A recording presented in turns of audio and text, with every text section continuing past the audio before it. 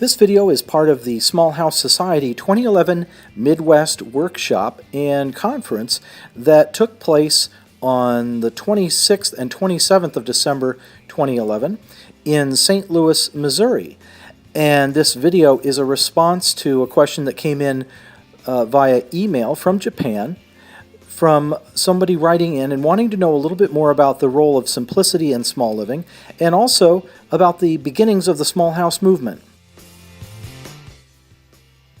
Hi, I'm Greg Johnson with resourcesforlife.com, and this is a video following up on our 2011 Small House Society Midwest Workshop that took place from December 26th through 27th in St. Louis. And actually, we just got back to Iowa City from St. Louis, and so I'm just following up on some of the questions that came in. This email came in from one of our followers, supporters in Japan, who is writing a book on the small house movement, actually the second book that they've written. And they have a couple of questions after reading my book, which is Put Your Life on a Diet. You can learn more about that at putyourlifeonadiet.com. But anyway, was commenting here in the email, this member of our group was saying that they still had a few questions that they didn't feel were clear from my book, and they wanted to explore that a little further. So anyway, these are the questions. The first one is, what do you think is the most important factor in the relationship between small houses and simplicity? Now, that's a really good question, because a lot of people assume that simplicity and small house living just go hand in hand. That could be true, but it's not always the case. You know, there's some people who live in small square footage spaces, whether it's an efficiency apartment or a 500 square foot home or a 1,000 square foot home or whatever, and it's not simple at all. It's very messed up. You know what I'm saying? I mean, there can be clutter, there can be materialistic, excessive piles of, what have you, stuff that just is a very complex, complicated, and messy life in a small space. So just because you're living small doesn't mean you're living efficiently or effectively or simply or whatever. And similarly, I know people who, in fact, a friend of mine lives in 4,000 square feet and has one of the most kind of minimalist, simple, small footprint lives that I know. So, but just likes having a larger space, actually is, considered living small, but it really isn't about, small or large for this person. But simplicity, I can tell, and minimalism is big, or a big factor, important in this person's life. So there are people living in large spaces very simply. There are people living in small places not very simply. However, when you combine smaller living with simpler living, then there's some synergy that takes place. You get rid of the clutter, you get rid of the stuff, you clear away your space, and there can be a lot of energy there because there's less time and less sort of in your field of vision to weigh you down, and less time required to kind of dust things and keep stuff clean. So, and then combined with kind of the joy and freedom of simple living, the having the low overhead of maybe a small house payment or no house payment or whatever, that also empowers you even more. So anyway, I wanted to make that clarification, because I often in my emails or newsletters or whatever will state all kind of combined together, simple, small, sustainable living, and those don't always go together.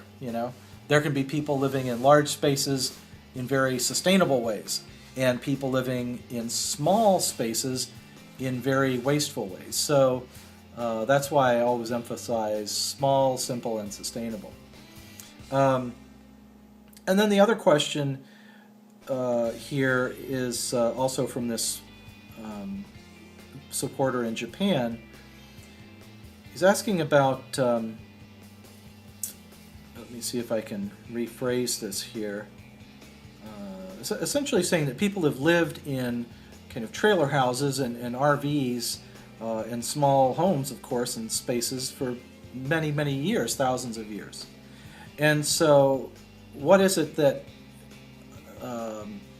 that marks the beginning of the small house movement.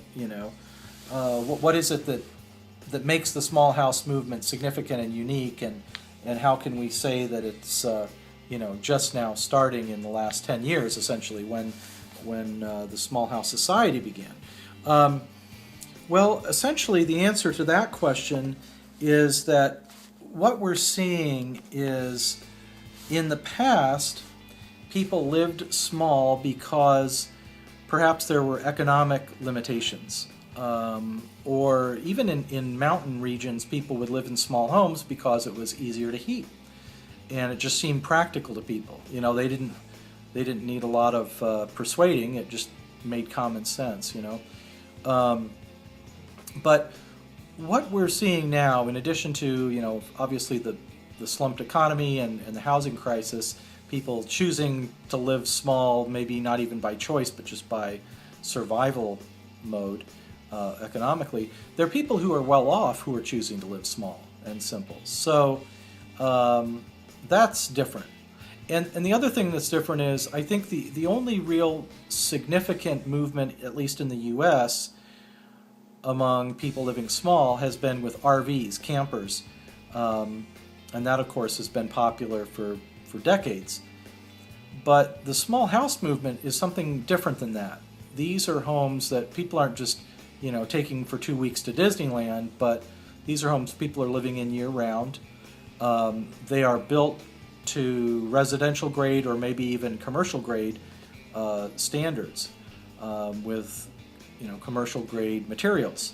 So possibly, you're going to see metal roofs instead of shingle roofs. You'll see solid wood cedar siding instead of vinyl. So that's significant, that these small homes are often built better than what you'll find in typical suburbia. And people are investing more time and energy in them. And it really becomes kind of a partly even a hobbyist type thing. People that want to tinker, want to build, they will build their own home, and they'll take some pride in that, and it'll really reflect their own creativity.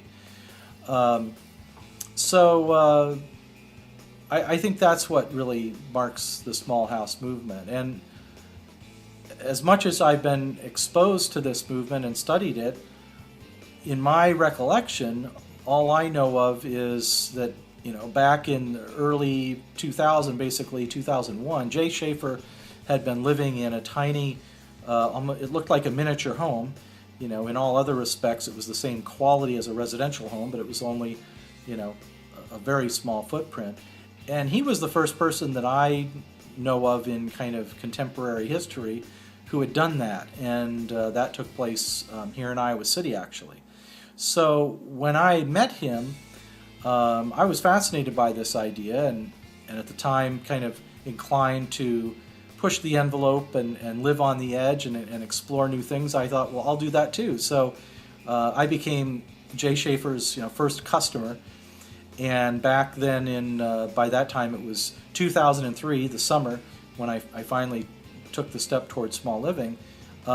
Jay and I, mostly Jay, built this home that I lived in for 6 years off the grid. It was a 10 by 7 home, so however you want to do the math, either 70 square feet, or I counted the upstairs loft as also living space, so 140 square feet. But that was, to my knowledge, and I've never found out anything different than this, that was the first commercially sold small house that now you're seeing more and more of these all over the country and all over the world. And so anyway, I think that was significant also, that, at that time, and I've spoken on this before, but I guess the most salient point would be that technology has really allowed us to shrink our lives so we can live abundantly, live full lives, not be out of touch and disconnected, but really very much in touch and very connected electronically in other ways, but living simple and living small, living without a lot of clutter. So in your notebook computer or your iPad or your iPhone or whatever, you can have your books, your magazines, your movies, your music, photos, everything. And so anyway, that was kind of, as I see it, the beginning of the movement and what made it significant. So I hope that answers those questions. and want to thank everybody for helping to make the 2011 conference a great success, and look forward to hearing from you soon. This is Greg Johnson with resourcesforlife.com and the Small House Society at smallhousesociety.org. Thanks. This video was recorded, edited, and produced using iMovie on the iPhone 4S. Slides were made using Keynote on the iPhone. To learn more, visit apple.com/iPhone.